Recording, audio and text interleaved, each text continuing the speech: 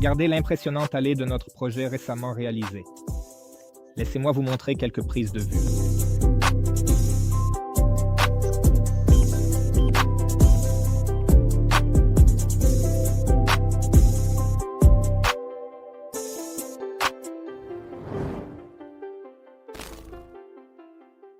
Les amis, nous sommes passés en plein jour pour que vous puissiez mieux voir. J'aimerais commencer mon récit sur la maison par une histoire à propos de la clôture. La clôture est la 5e façade de la maison. C'est la première impression pour les invités ou les propriétaires qui s'approchent de la maison. Ils voient une clôture. Notre clôture est très intéressante, comme vous avez pu le voir grâce à mon entrée impressionnante dans le cadre. Et il y a ici une télécommande comme celle-ci. J'appuie sur un bouton et les portails d'entrée sortent directement du sol. Pourquoi avons-nous fait comme ça, hein? Pourquoi ne pas avoir installé des portails coulissants? Le fait est que la longueur de ces portails est supérieure à la partie aveugle de la clôture. Nous manquions physiquement d'espace pour les faire coulisser là-bas, tout simplement parce que le terrain est petit. Nous avons pensé à des systèmes à battants, nous avons envisagé des systèmes qui se replient comme un accordéon, mais aucun d'eux n'est aussi impressionnant. Un système à battants gênerait les piétons qui pourraient se marcher sur le trottoir et notre maison est située en pleine ville. C'est pourquoi nous avons choisi cette option qui est d'ailleurs fabriquée par un grand constructeur polonais. Les détracteurs diront que ce système ne fonctionne pas en hiver. Comme c'est l'hiver en ce moment, nous testons cette clôture. Certains pensent que de la glace se forme juste ici et empêche cette clôture de se lever. En réalité, il y a ici des espaces assez larges qui permettent à l'eau de s'écouler à l'intérieur et la glace ne se forme pas. Si jamais il neige ici, cette clôture traversera très facilement la croûte de glace et les congère. La clôture elle-même est intéressante dans la mesure où elle est très minimaliste, c'est-à-dire qu'elle n'est pas pleine. Vous savez à quel point je déteste les clôtures pleines. Quand on s'approche d'une belle maison et qu'il y a une clôture pleine en tôle ondulée. Ici, on appelle ça une clôture peigne. Il est difficile de l'escalader. Il n'y a pas de barre transversale à laquelle s'accrocher ici. Il n'y a nulle part où poser le pied. Il est physiquement difficile de la franchir. Et nous allons la végétaliser côté route, comme vous le voyez, afin de préserver l'intimité de nos clients qui utiliseront cette maison. Il y a aussi un petit portillon ici. Si vous descendez la rue, vous entrez dans la maison par ce portillon. Il mène directement à l'entrée et en fait, il y a aussi une boîte aux lettres ici qui est intégrée directement dans la clôture. J'adore vraiment ce genre de solution. D'ici à l'intérieur, il y a un accès. Maintenant, entrons tous à l'intérieur. Lorsque nous pénétrons dans cette cour, ce qui est intéressant, c'est qu'à droite, nous avons une place de parking pour la voiture et vous pouvez vous garer juste devant la porte d'entrée. Pour moi, il me semble que c'est une erreur lorsque le parking est éloigné de l'entrée, car les gens arrivent avec des sacs et traversent tout votre terrain jusqu'à la porte d'entrée, mais d'une certaine manière, cela paraît inapproprié. Lorsque vous avez une place de parking qui mène directement à la porte, il est important de prendre en compte deux choses. Premièrement, il est essentiel de l'incliner vers la route afin que l'eau s'écoule, pour qu'elle ne s'écoule pas vers la maison ou sa façade, ce qui pourrait causer des problèmes, mais bien vers la route. La deuxième solution concerne le revêtement. Le revêtement doit être intéressant. Nous utilisons deux types de revêtements. La première chose, ce sont de petits pavés nécessaires pour une maison minimaliste, afin qu'il y ait quelque chose qui attire l'œil et, de manière générale, crée une image détaillée et intéressante. Ici, nous avons de grandes dalles de béton qui semblent visuellement se superposer les unes aux autres. Un éclairage magnifiquement intégré permet une montée progressive vers la porte d'entrée de la maison. Cela signifie que nous ne construisons pas un perron avec 4 marches, mais que nous éliminons progressivement ces marches, ce qui permet d'obtenir un chemin avec une telle inclinaison le long de ces dalles. Le béton poli n'a pas été utilisé ici. Nous utilisons souvent du béton poli, mais ici nous avons décidé d'opter pour des dalles en grès cérame. Eh bien, le résultat est également très beau. Et lorsque nous marchons le long de ce chemin, nous longeons un mur composé de lattes. Il s'agit de bois thermotraité. C'est un matériau tactile, c'est-à-dire que c'est essentiel pour une maison moderne minimaliste afin que les murs avec lesquels une personne est en contact, juste là où elle marche à côté, elle puisse les toucher. Ils sont tactiles. Ici, il s'agit de bois thermotraité sur du contreplaqué stratifié. Regardez la latte. Elle n'est pas parallèle au panneau mural, mais elle est au contraire tournée de 90 degrés. D'abord, nous fixons des tasseaux sur le contreplaqué, puis nous les montons sur un mur avec des panneaux. Vous pouvez voir une extension en porte-à-faux de 5 mètres, 16,4 pieds, qui semble provenir du deuxième étage, créant ici un auvent. J'irais même jusqu'à dire qu'il s'agit d'une maison de plein pied. Je vais vous expliquer pourquoi. Au deuxième étage, afin d'obtenir une belle perspective lointaine, nous n'avons placé qu'une seule pièce, il y a simplement une chambre. De plus, cette idée de placer la pièce au-dessus nous a beaucoup apporté. Premièrement, cela a permis de créer une entrée spectaculaire. Deuxièmement, cela offrait une vue magnifique depuis la chambre, une perspective aussi lointaine. Troisièmement, nous avons économisé sur les matériaux de construction. Oui. Et en plus, nous ne pouvions pas construire un abri séparé ici par manque d'espace.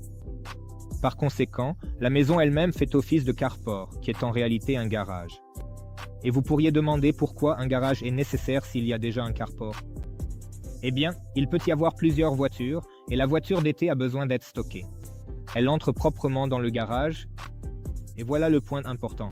Souvent, les gens construisent le garage de cette façon, mais ce n'est pas très pratique. Quand vous avez un portail depuis la rue, vous conduisez, vous garez la voiture, puis vous devez passer par ce portail et entrer à nouveau. C'est gênant, n'est-ce pas? Ici, c'est un passage traversant, ce qui signifie que vous pouvez entrer avec votre voiture d'été, par exemple. Ensuite, vous ressortez respectivement par ici. Ici, nous avons une porte. Le garage est traversant.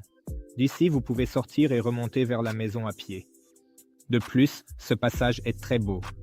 D'ici, on voit 2 volumes architecturaux sur lesquels un autre volume surplombe au-dessus.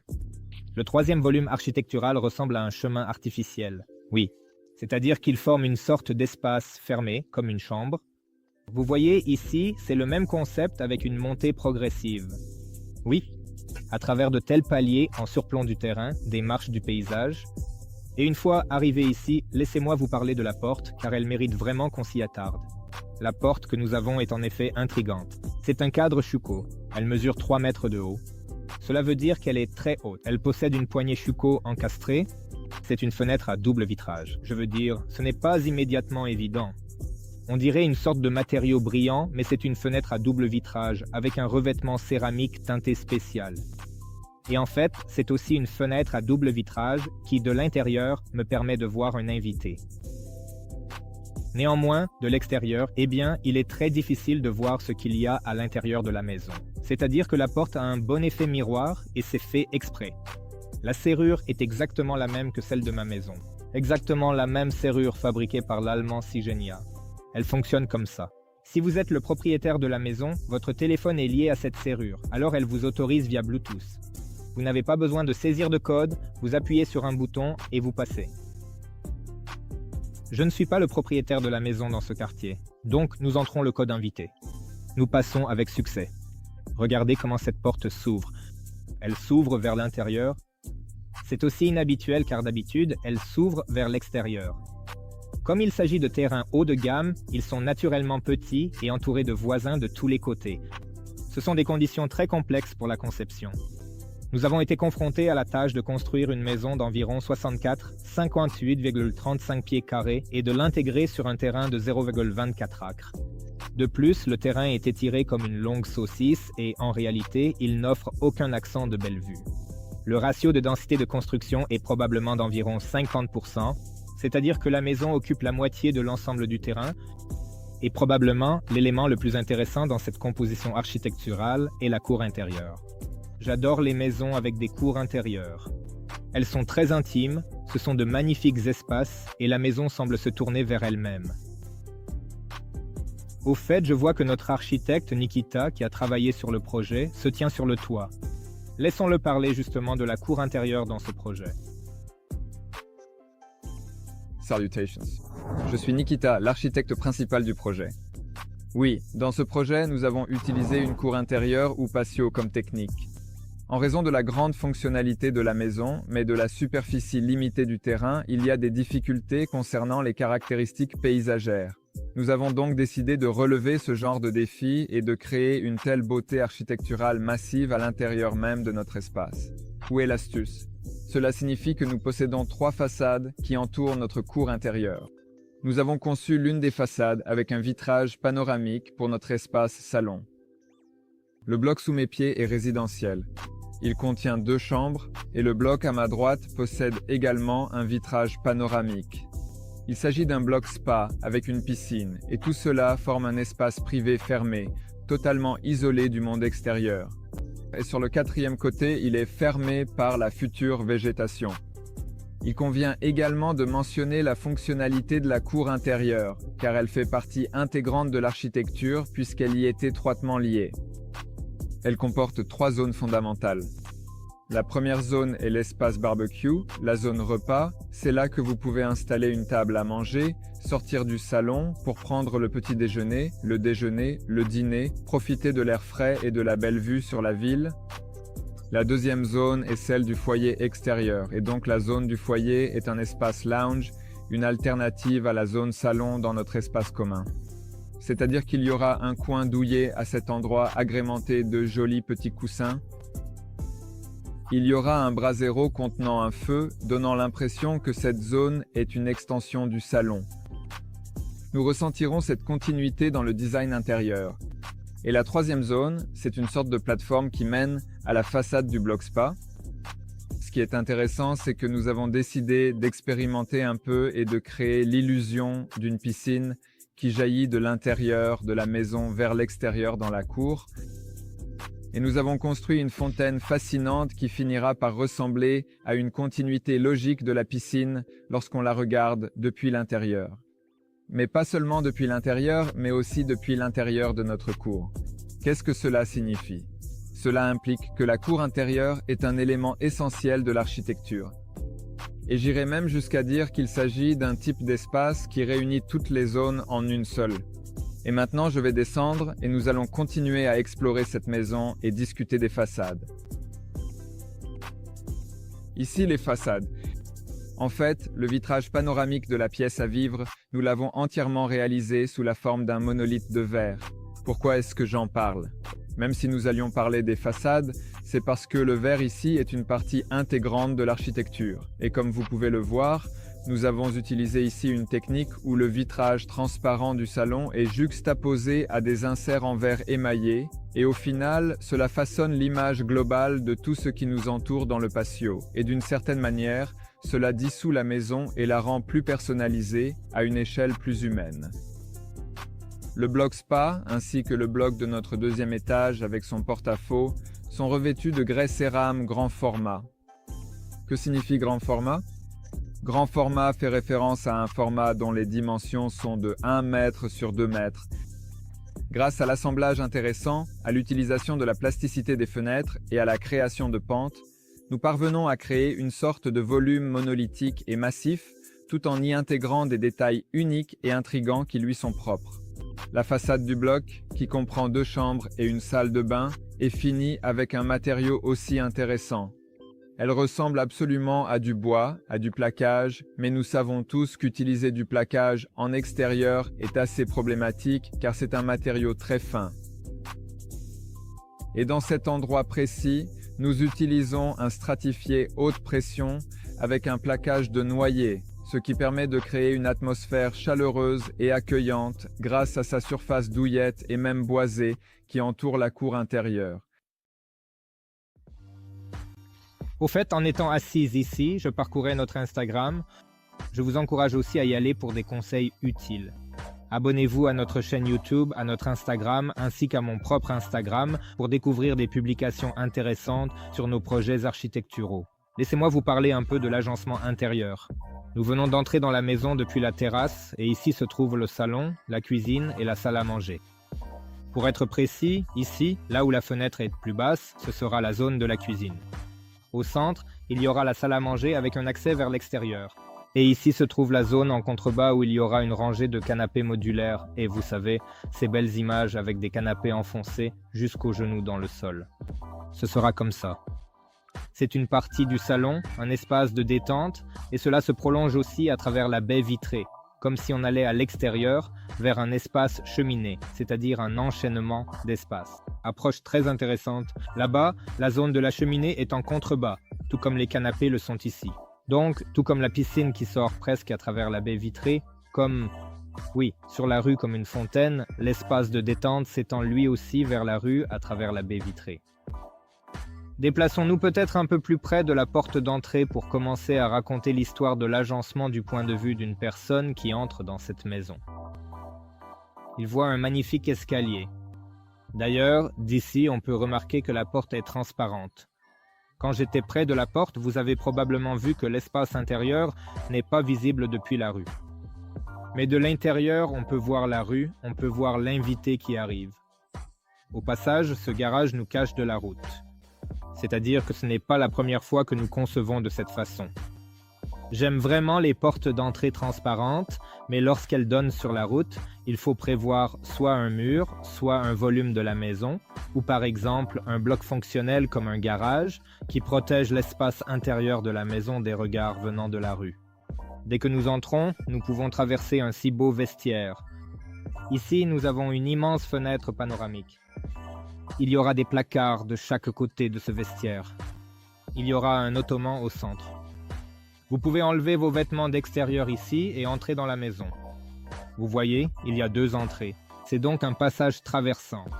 C'est très pratique. La salle de bain des invités se trouve de ce côté. Elle n'est pas à proximité immédiate. Ce n'est pas l'idéal d'entrer et de voir la porte de la salle de bain des invités. Elle est un peu cachée comme ça, mais reste tout de même proche. Ainsi, sa proximité avec la cuisine permet de regrouper les réseaux techniques des zones humides, pour ainsi dire. Juste dans l'axe, on peut voir la salle à manger et la cour. C'est comme un point lumineux dans cette partie de la maison. C'est essentiel. Quand on entre dans une maison, on voit quelque chose de beau, pas une pièce enfermée par des murs. Eh bien, et probablement la plus belle chose, c'est cet escalier que vous voyez ici. C'est un escalier en porte-à-faux. Alors, comment fabrique-t-on un escalier en porte-à-faux? Ici, nous avons un support métallique sur lequel les marches sont soudées. C'est-à-dire que ceci, probablement, il vaudrait mieux appeler cela un limon d'escalier qui est intégré dans le mur. Tout le monde craint que l'escalier ne vibre, pensant qu'il est instable. Cependant, comme vous pouvez le voir, il n'y a aucune vibration. En réalité, il est stable.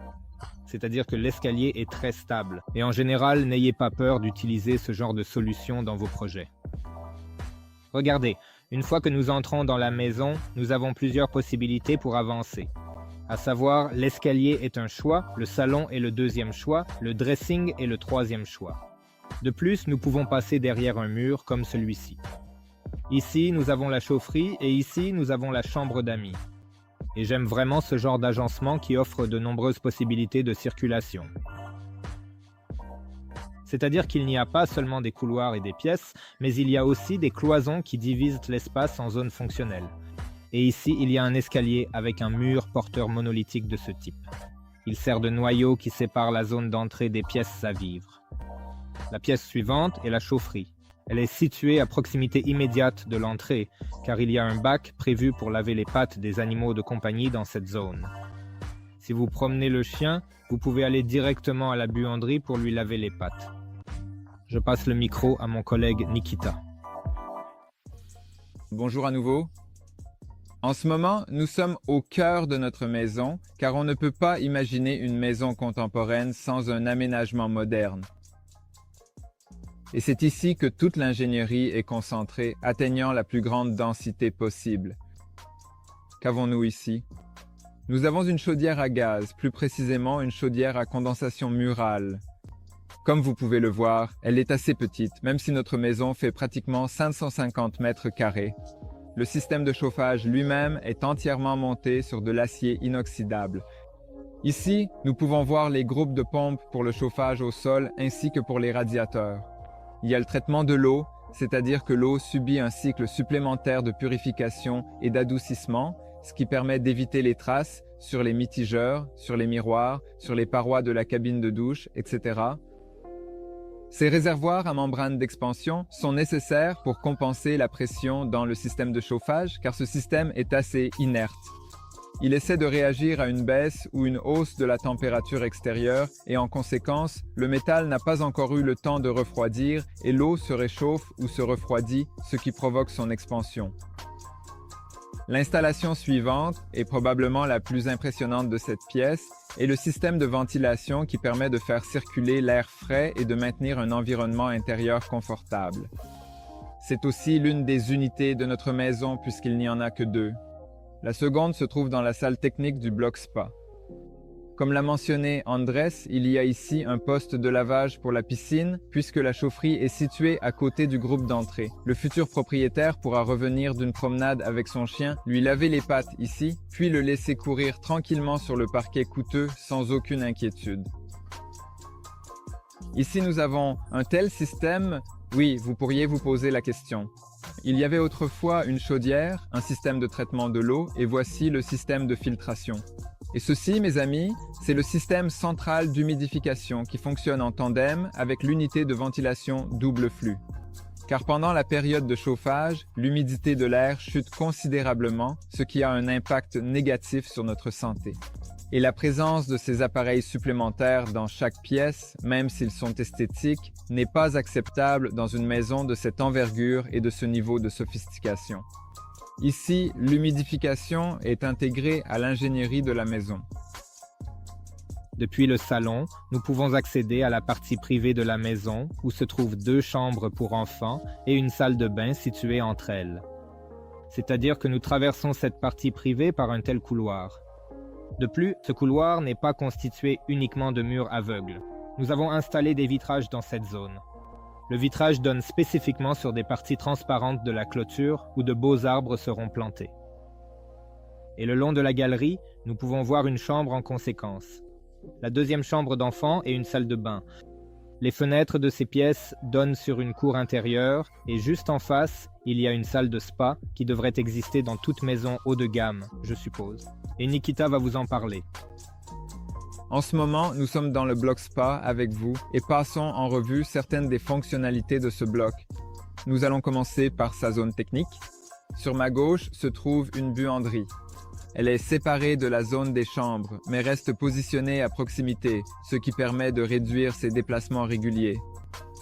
Ici, nous avons une salle de bain et un vestiaire disponible pour l'utilisation dans la zone du bloc spa. Souvent, d'une manière ou d'une autre, les gens ont tendance à oublier de créer une pièce séparée. Ils pensent qu'un placard suffira. Cependant, nous pensons que le bloc spa devrait disposer d'un espace vestiaire privé bien équipé, avec des rangements permettant aux invités de déposer serviettes et peignoirs. Vous entrez, vous changez, vous prenez un peignoir et vous allez tranquillement vous détendre dans le sauna pendant un moment. Le sauna, d'ailleurs, se trouve de ce côté.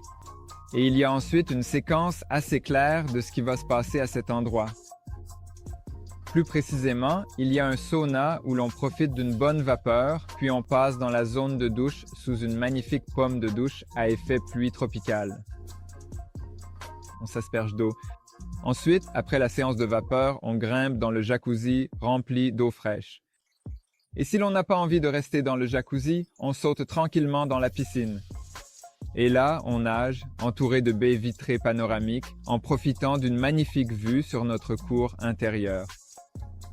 D'ailleurs, lorsque je parlais de la cour intérieure, je faisais référence à ce type d'effet de piscine qui semble jaillir vers l'extérieur. Et ici, cet effet peut déjà être bien observé aujourd'hui. Imaginez simplement qu'ici, nous avons une telle surface d'eau au niveau du sol qui est facilement visible. Et cette surface d'eau, grâce à ce parallélépipède noir sur lequel d'ailleurs l'eau s'étend également, se fond parfaitement dans notre magnifique paysage. Et probablement, en voyant tout cela, en voyant les jacuzzis encastrés au niveau du sol, en voyant cette piscine à débordement, vous vous rendez compte que tout cela doit être correctement entretenu.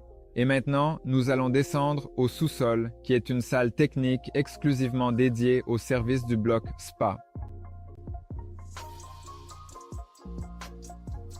Nous voici donc dans la salle technique et comme vous pouvez le voir, il y a beaucoup de ces beaux tuyaux noirs. C'est en fait une pièce assez spacieuse. Voici la base du jacuzzi qui apparaîtra plus tard à cet endroit. Ici, nous pouvons observer le bassin de la piscine. Un fait intéressant est que chaque fois que vous voyez une piscine dans une structure, elle possède toujours une fondation indépendante, car la piscine a ses propres vibrations, déformations, dilatations, et elle est séparée des fondations principales de la maison pour éviter toute interaction entre elles. Un magnifique panneau domotique intelligent qui contrôle l'automatisation, les détecteurs de mouvement et différents scénarios qui seront finalement installés à cet endroit pour le futur résident de la maison. Aussi, comme je l'ai déjà mentionné, dans la chaufferie, nous avons vu l'une des unités de la chaufferie avec vous, qui dessert le bloc résidentiel, le bloc de vie, et de manière générale, cette partie de la maison qui est publique. Et ici, nous pouvons observer avec vous l'unité de ventilation avec déshumidification pour le bloc spa, puisque dans notre bloc spa, il y a une piscine, il y a un jacuzzi. Tout cela forme une surface d'eau assez importante qui s'évapore constamment et doit être asséchée afin que cette eau ne s'accumule pas sous forme de condensation à des endroits où elle ne devrait pas et qu'ensuite divers champignons et autres organismes biologiques ne s'y développent pas. Et comme vous pouvez le constater, nous abordons la conception technique avec un très haut niveau de minutie et d'attention aux détails.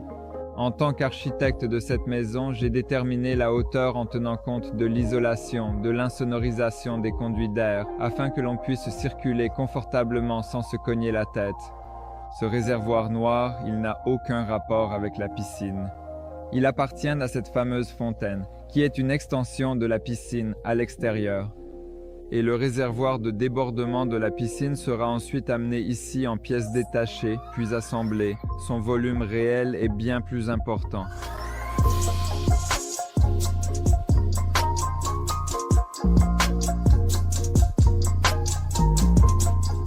Actuellement, nous nous trouvons dans la zone principale du bâtiment principal, à savoir la chambre principale.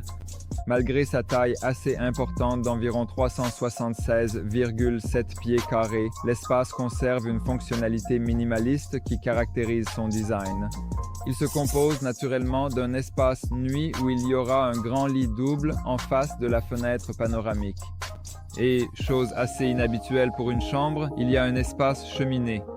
Autrement dit, nous considérons la chambre non seulement comme un lieu pour dormir, mais aussi comme un espace de détente, avec le crépitement du feu dans un fauteuil confortable, un éclairage doux et une vue pittoresque sur la forêt à travers ce charmant village, au-dessus des toits des maisons, grâce à une grande fenêtre qui offre une perspective panoramique. Puisque le bloc principal occupe tout un étage, il dispose bien sûr aussi d'un dressing. On y accède depuis la chambre. Dans cet espace, une disposition assez spacieuse de placards est prévue, comprenant quelques îlots raffinés accompagnés de leurs accessoires. Nous pouvons traverser le dressing pour accéder directement à la salle de bain. Et comme vous pouvez le voir, la salle de bain est assez grande en termes de superficie. Bien sûr, elle offre une fonctionnalité standard sous la forme d'un beau long plan de travail avec plusieurs lavabos, un miroir, un espace toilette, une grande cabine de douche. Et l'élément le plus intéressant dans cette salle de bain est une baignoire autoportante placée en face d'une fenêtre panoramique à travers laquelle, tout en prenant un bain, nous pouvons admirer l'une des avenues de notre capitale. Eh bien, que serait une telle maison sans une terrasse exploitable aussi luxueuse, où l'on peut passer des soirées d'été chaudes à se détendre, se relaxer et profiter pleinement de la magnifique vue sur l'avenue illuminée. Malheureusement, ce soir n'est pas l'une de ces chaudes soirées d'été et nous devons vous dire au revoir et à très bientôt dans notre prochain épisode. J'espère que cette maison, cette visite vous ont plu. À bientôt.